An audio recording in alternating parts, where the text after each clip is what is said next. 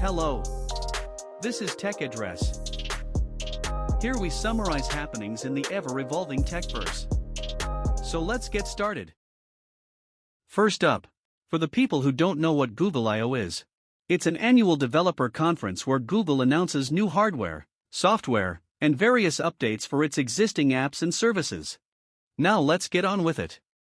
Here it is, right off the bat, the announcement most people were waiting for: full reveal of Android 12. Android 12 represents the biggest design overhaul in the history of OS. Android 12 brings personalizable color palettes, updated notifications and faster battery-saving performance.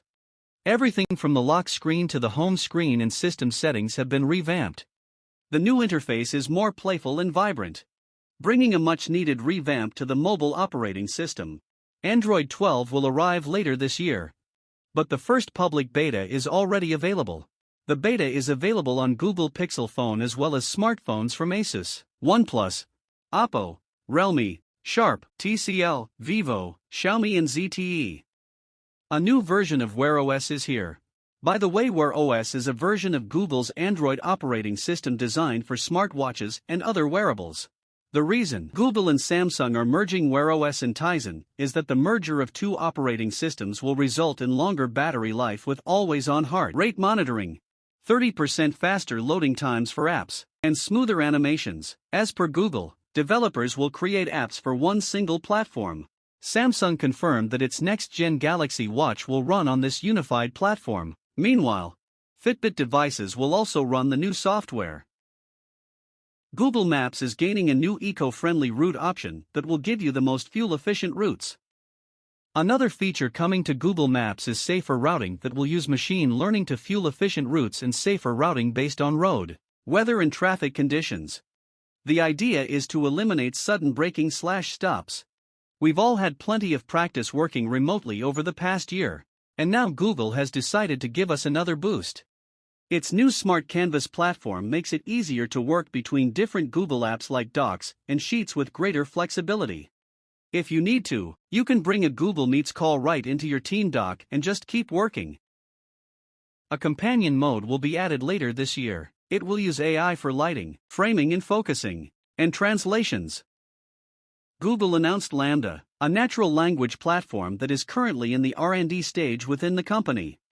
The idea is to have more natural conversations, something the current generation voice assistants struggle to understand. To showcase LaMDA's abilities, Google showed videos of 2 short conversations with the model, including a conversation with LaMDA acting as the planet Pluto. It's amazing how sensible and interesting the conversation is, but it's still early research, so it doesn't get everything right. We all know and love Google's powerful camera software, and now the rich are getting richer. For starters, developers are working on making their cameras more accurate for people of color. Historically, cameras have struggled with their auto white balance features and losing darker skin tones in shadowed areas. The goal with these improvements is to make a more inclusive camera experience for everyone. Google is also giving its selfie algorithm a boost thanks to better mapping for curly and wavy hair types. This should allow users to see more accurate results as opposed to a vague outline around their hair. As if those excellent inclusivity additions weren't enough, Google is also developing a way to craft animations from your still images. It calls the update Cinematic Moments, and it's made for those scenes where you capture a whole set of images hoping for one perfect shot. Google can now take that entire sequence of stills and transform it into a short animation on iOS and Android. We all know just how hard it's been to spend time apart from loved ones over the past year. Google's new starline platform takes a new step in the video conferencing game, creating a 3D model of your family member while you talk to them. It can't replace a true in-person conversation, but it certainly goes a long way in bridging the gap. Right now, the starline system is rather large. It looks more like a photo booth that you have to sit in while talking to friends or family. It's also currently only available in a few select Google offices, though hopefully it will spread far and wide as the technology matures. We don't necessarily know when we'll see an update to starline, but it sure beats a grainy Zoom call. Have you ever misplaced your car keys in your backpack in the middle of a rainstorm?